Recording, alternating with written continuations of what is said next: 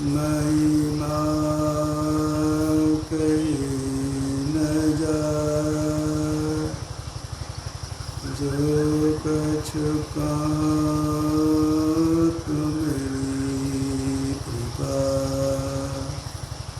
जो कछु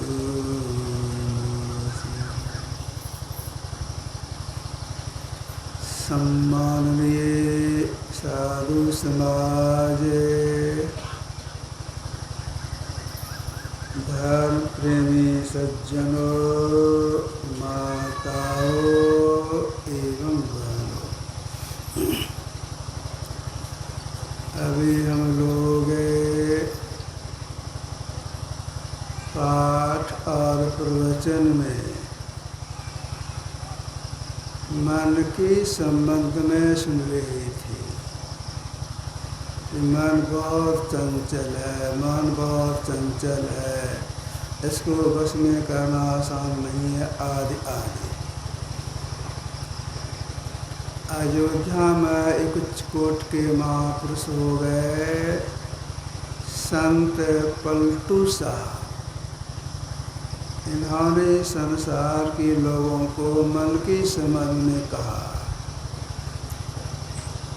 नाप्यूं चारों खूंट थहावे समुद्र को, सब पर्वत को तौल गिनाए फिर बूंद को, हारा सब संसार बात है फिर का, अरे हारे पलटुआने लागे हाथ जो 40 शेर का। नापे चारों फूट थहावे समुद्र को। कोई एक व्यक्ति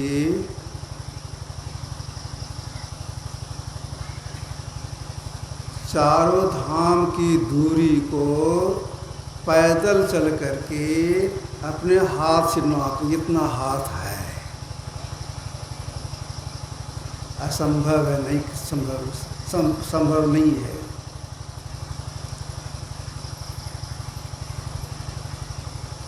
यह कोई कर ले, संभव हो जाए, चार धामों की दूरी कोई अपने हाथ से पैदल चल करके नाप ले, लेकिन मन को बस में करना आसान नहीं है। नाप चारों फुट थावे समुद्र को, 7 समुद्र, एक समुद्र का नाम प्रशांत महासागर, बहुत गहरा।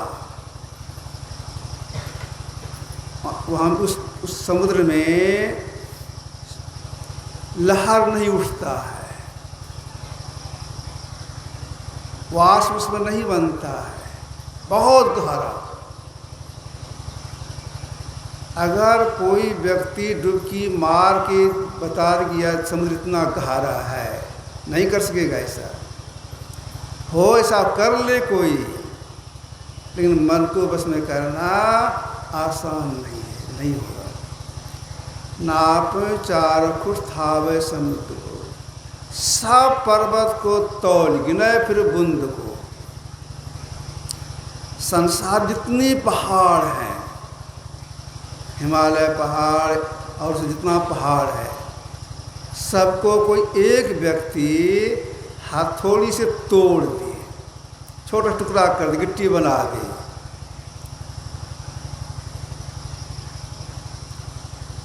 और उसको तर्जुआ पर तौले, संभव है? संभव नहीं है। अगर कोई सा कर भी ले, हो सकता है, लेकिन मन को बस में करना आसान नहीं है। गिनाए फिर बूंद को, सावन भादव महीने में जब मूसलाधार वर्षा हो,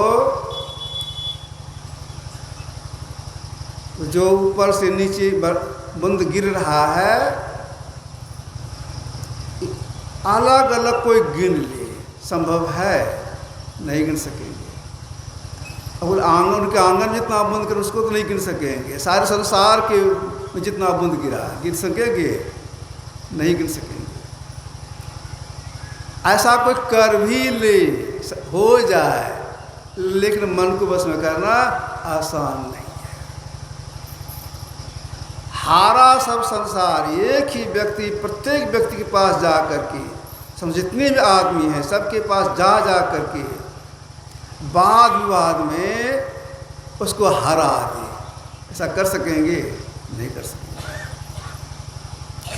कोई ऐसा कर भी ले लेकिन मन को बस में करना आसान नहीं है।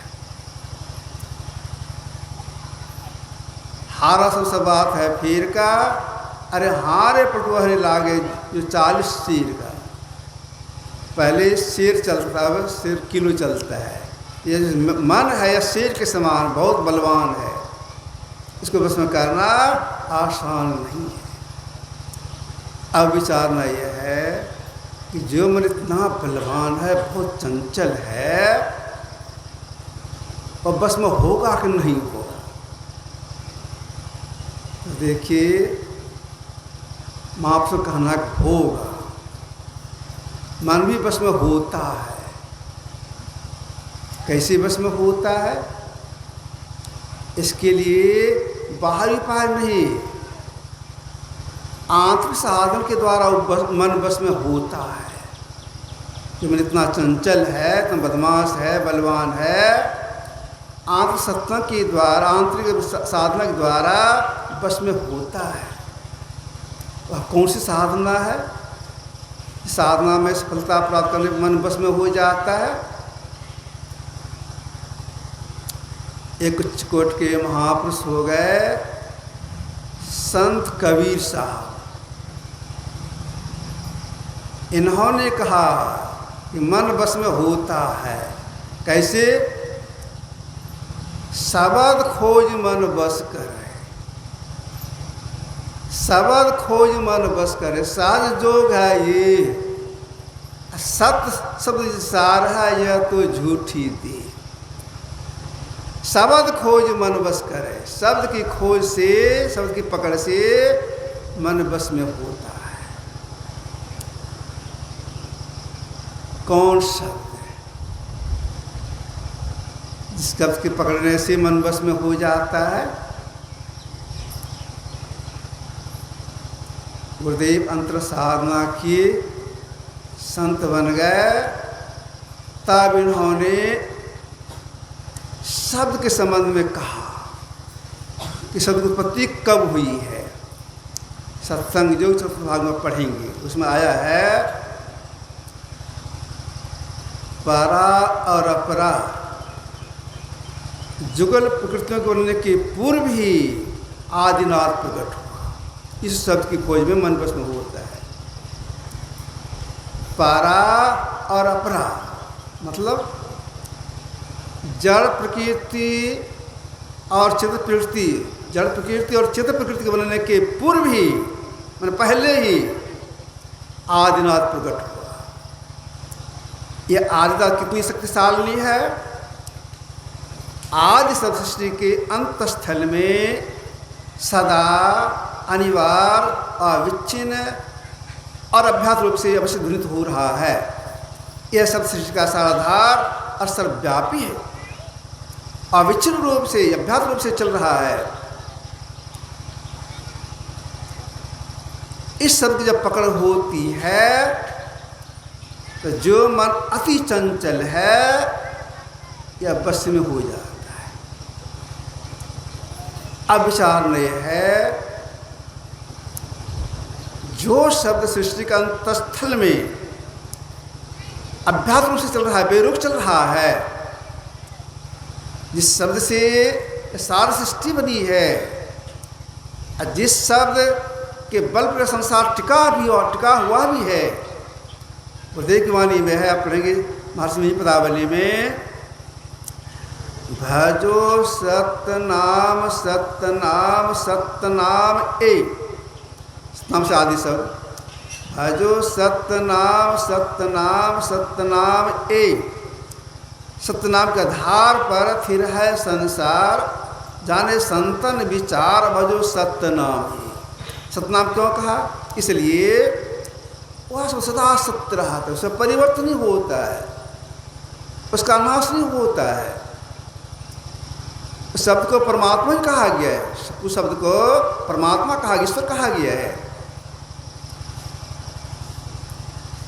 तो शब्द सतनाम के आधार पर यह संसार टिका हुआ है।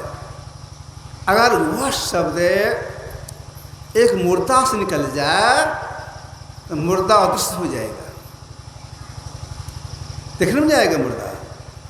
अगर वह शब्द सृष्टि से निकल जाए, सृष्टि लुप्त हो जाएगी, विलीन हो जाएगी सृष्टि। उस शब्द की खोज जब होती है तो मन बस में होता है, इसके पहले नहीं। अब उस शब्द की खोज कैसे क्या आ जाएगा? अपने मन से होगा? अपने मन से नहीं होगा। किताब को पढ़ करके जहाँ अपनी बुद्धि से करने लग जाए हो जाएगा? तो नहीं होगा। इसी के लिए गुरु के पास जाना होता है। तो क्या गुरु के पास जाएंगे, एक बार की बता देंगे? नहीं बताएंगे बार की। केवल सब साधन के जाके कहिए हमको सब साधन लीजिए, दे दीजिए, हम इसकी पहले साधना नहीं सीखे, नहीं करती है, तो सब साधना बताइए, नहीं बताएंगे। तो गुरु के पास जाना होगा अंतर साधना करने की युक्ति सीखने के लिए। ये क्या बताती हैं? बुद्धि देखती हैं, ये कितना धारण कर सकता है। गुरु महाराज के पास जाते थे, किन्हीं किन्हीं व्यक्ति को एक नाम जपाते, एक नाम बता देते, इसको पहले जपो फिर आना और बताएंगे। 2-4 महीने 1 साल के बाद आते थे, फिर बताते थे, पूछ लेते थे, पहले मानस ध्यान बताते थे, अब इसके साथ इसको करना, पहले यह करना, इसके बाद इसको करना, मानस ध्यान, फिर आना, फिर आते थे दृष्टि योग बताते थे, वर्षों करवाते थे। जिनकी बुद्धि प्रखर थी, बहुत संस्कारी महापुरुष थे, उनको 4 क्रिया बताते थे।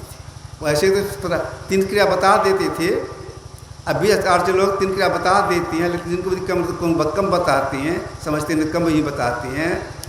लेकिन अपने संत मत एक अच्छे महापुरुष हुए जिनको गुरु महाराज 4 क्रिया एक साथ बताई थी। वे थे पूज्य श्रीधर बाबा, और कोई नहीं, एक श्रीधर बाबा बताई थी 4 क्रिया एक साथ। इनकी बुद्धि इतनी तेज थी, पूज्य बजरंगी बाबा कोई भजन याद करते थे, श्रीधर बाबा कहते थे या भजन आप कीजिए, बोल के याद कीजिए। अब बजरंगी बाबा बोल के याद करते थे, अब वे सुनते थे, 2-4-5 बार सुने, अच्छा गुरुजी आप चुप रहिए, मैं कहता हूँ सुनिए, तो गा देते थे, सुन के याद हो जाता था उनको। तो शब्द साधना एक बार के नहीं होता है, पीछे बताती है शब्द साधना। अगर कोई शब्द की खोज करना चाहती हैं, पहले गुरु के पास जाएंगे, कुछ क्रिया आप बताएं करने के लिए, उसको करेंगे। मानस जप, मानस ध्यान, दृष्टि योग, 3 क्रिया प्राय बताया जाता है।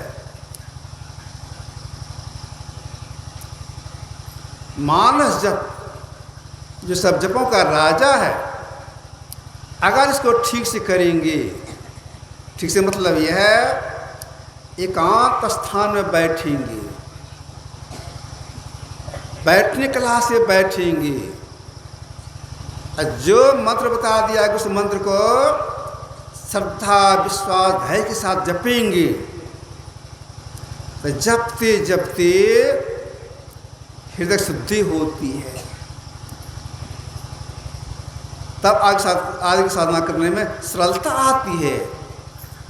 हृदय शुद्धि के लिए महापुरुषों ने कहा एक नाम का जप कीजिए।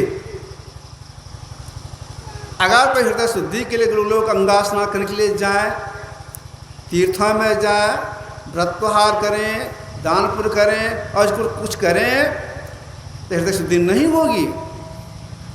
हृदय शुद्धि के लिए अगर कोई उपवास करना शुरू कर दे, फिर भी हृदय शुद्धि नहीं होगी। हृदय शुद्धि के लिए एक ही उपाय है, गुरु का दिया हुआ मंत्र, अति पावन गुरु मंत्र मन ही मन जाप जपो।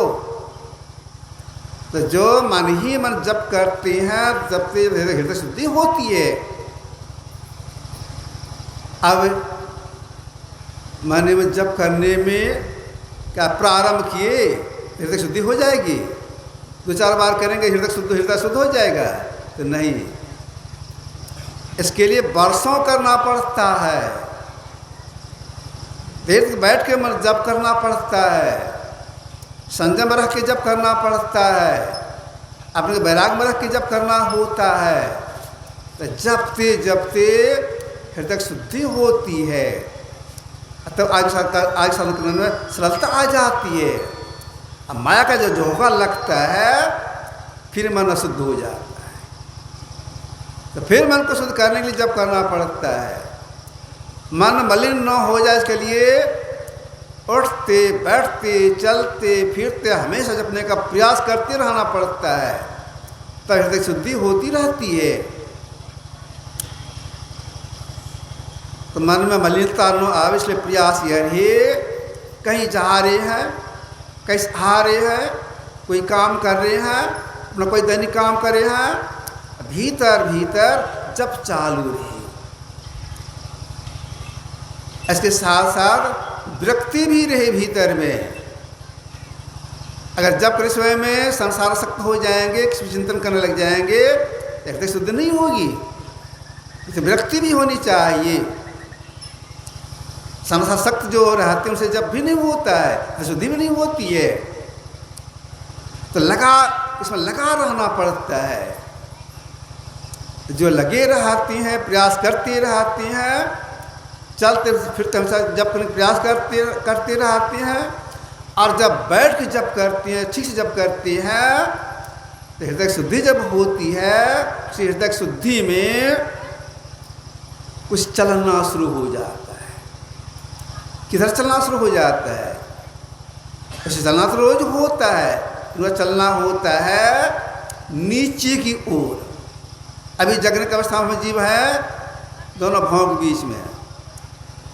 सोने के लिए जाएंगे, अग्नि आएगी, स्वप्न देखने लगेंगे, आगे कंठ में, नीचे ऊपर से नीचे आ गए, छाती में चले गए, बेहोश हो गए, नीचे चलना होता है। या चलने में मन शुद्ध नहीं, हृदय शुद्ध नहीं होता है। आँख से नीचे पिंड का भाग है, ऊपर ब्रह्मांड का भाग है, ऊपर चलना प्रारंभ हो जाता है। केवल जब पर हृदय ऊपर चलना प्रारंभ हो जाता है, थोड़ा चलना होता है, उसी चलने में कुछ अनुभूति होती है। केवल जब करने में अनुभूति होती है, हृदय शुद्धि होती है, चलना प्रारंभ हुआ, कुछ अनुभूति हो जाती है, थोड़ा सा कुछ अनुभूति होती है। देखिए अंदर की अनुभूति जो है एक तरह की नहीं होती है, तरह तरह की अनुभूति होती है। एक ही साधक को आज कुछ हुआ तो कल कुछ हो जाएगा, जब कृष्ण में आज कुछ हुआ कल कुछ हो गया, परसों कुछ हो जाएगा, तरह तरह की अनुभूति होती है। किसी दिन अगर विशेष एकाग्रता आगे जब करने में जो आवाज़ भी साधक सुन लेता है, कुछ देखने भी लगता है, हृदय शुद्धि में नाम स्वरूप का दर्शन भी हो जाता है, और कुछ विभूति देखने में आ जाता है। तो जब करने में हृदय शुद्धि में जैसे होता है, और हृदय शुद्धि में क्या होता है, जपा सिद्धि प्राप्त हो जाती है। जपा सिद्धि में क्या होता है? अगर कोई केवल जप ही करे, जपा सिद्धि में क्या होता है? जितने देव देवियाँ हैं सब उनके बस में हो जाती हैं। देवाधीन जगत सर्वम मंत्राधीन से देवता, सर्व देवाधीन है और सब देव मंत्र के अधीन में है। इसकी पुष्टि तुलसीदास जी महाराज की है। मंत्र परम लघु जासु बस वेदी हरि हर सुर सर्व महामद गजराज के बस कर अंकुश खर्व।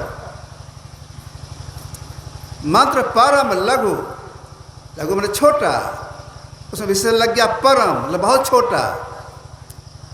अगर कोई उस छोटे मंत्र को सिद्ध कर लेती है, ब्रह्मा विष्णु महेश सब देवता उनके बस में हो जाते हैं। तो क्या इतना हो गया तो मन पूरा बस में हो गया, मन बस में हो गया? तो नहीं, केवल जप करने से मन शुद्ध नहीं होता है, मन बस नहीं होता है। क्या जपा सिद्धि में ये सब होता है, देवता शुद्ध हो बस में आया, लेकिन मन बस में नहीं हुआ। तब क्या करना चाहिए? तो मानस जप करने से शुद्धि होती है, अक्षर सरलता आ जाती है और उस साधना हम परिपक्व हो जाए। इसके लिए गुरु जिनका ध्यान करने के लिए बताए हैं उनके रूप का ध्यान करना होता है। कैसे ध्यान किया जाएगा? ख्याल से। जो रूप बता दिया गया उस रूप को क्या कैसे ख्याल करेंगे? तो जैसे यहाँ बैठे हैं ख्याल करेंगे कि मेरी माँ घर में है। तो जैसे ख्याल करेंगे मेरी माँ घर में है तो माँ का शकल कैसा है ऐसे बैठे बैठे ख्याल में आ जाएगी, वो ऐसी है। ठीक ऐसे ही ख्याल से ध्यान किया जाता है। दूर में रहें और भी दूर में रहें, ख्याल करेंगे तो ख्याल पहले आ जाएंगे। ख्याल में जो आ जाएंगे क्या हो जाएगा? तो ख्याल में जब आने लगेगा तो वही धुंधला रूप हो जाएगा, फिर प्रत्यक्ष भी हो जाएंगे। हाँ, इस तरह के ध्यान में बहुत एकाग्रता की आवश्यकता पड़ती है, बहुत प्रेम की आवश्यकता पड़ती है। गुरुदेव की वाणी में है, गुरु हरि चरण में प्रीति हो, जुग काल क्या करे, कछु की दृष्टि हो, जंजाल क्या करे। परिवार में आकर साधना कर सकते हैं, अपने इष्ट को वो उगा सकते हैं, लेकिन अपने कैसा बनाना पड़ेगा? कछु की दृष्टि। कछु पानी में रहती है, अंडा पानी में नहीं देती है, जमीन पर जाके देती है। अंडे को देख लेती है, बैठती नहीं है, पानी में आ जाती है, दूर से चली जाती चारा करने के लिए। दूर चली जाने पर भी ख्याल से देखते मेरा अंडा ऐसा है। इधर क्या होता है? अंडा पुष्ट होता है, उससे बच्चा निकलता है, वह बच्चा पानी में उतरता है। अगर उसकी माँ पूर्व दिशा में है, 1000 कोस की दूरी पर है, और बच्चा धीरे धीरे पूर्व पर चलता है, चलते चलते अपनी माँ के पास पहुँच जाता है। ख्याल करते करते जिनका ख्याल करती हैं वे आपके सामने आ जाएंगे। कछु है साधक, कछु का बच्चा इष्ट का हम लोग ख्याल करते हैं, मैंने जिनका हम ध्यान करते हैं, वे चल कर जाके दर्शन देती हैं। तो ख्याल करते करते पहले ख्याल आएंगे, मुंदा रूप हो जाएगा, प्रत्यक्ष हो जाएंगे। यही बात बाबा साहब ने से पूछी थी, लाला तुम जो मानसन करते हो क्या वो हो गया? गुरुमा जी बोले थे, नहीं हजूर, कोशिश करने पर धुंधला दिखाई पड़ता है। बाबा साहब बोले, लाला मैंने किया, वो निकाल लिया, वो मानसन होता है। आप हमको देखते हैं, मैं आप लोग देखता हूँ, ऐसा मानसन धूप होता है। ऐसा अगर कोई कर लेती है, वो उगा लेता अपने इष्ट को, इसमें लाभ क्या हो जाता है? मैं गुरुहा से पूछा था, अपनी मातृभाषा में निवेदन करके पूछा था। मैंने निवेदन किया, हजूर कोई काम के शुरुआत हो तो दृश्यो के पूर्णता हो दृश्यो कर ला, लेकिन दिव्य के प्रारंभ कहाँ से हो? मैं यही पूछा था। कोई काम की शुरुआत हो दिव्य दृष्टि प्राप्त पूर्ण रूप से हो जैसे दृश्यो करला पर, लेकिन लोग शुरुआत कहाँ से हो? गुरुमा जी बोले थे, उन्हीं की भाषा में बोलता हूँ। उन्होंने कहा था, मानस ध्यान से जी, यही उनकी भाषा है, मानस ध्यान से जी। तो मानस रूप होना चाहिए। इसकी पुष्टि तुलसीदास जी महाराज ने की है। श्री गुरु पद नख मानिगन ज्योति, सिमरत दिव्य दृष्टि होती। पदनख से मतलब यहाँ पर पैर का नाखून नहीं, पदनख से मतलब है चेहरा रूप। अगर हो वो गा लिए, दृष्टि प्रारंभ हो जाती है यहीं से। इसके बाद और आगे बढ़े हम। इसके लिए महापुरुषों ने कहा शून्य ध्यान करने के लिए कहा। शून्य ध्यान से मतलब ये जो हम लोग की दृष्टि धार है, समरेखा में चल रही है, एक करना, इसको शून्य ध्यान बोलते हैं। अगर कोई दृष्टि धारा एक कर लेती हैं, वे स्थूल से सूक्ष्म मंडल प्रवेश कर जाती हैं, दिव्य से पूर्ण रूप से खुल जाती है उनकी।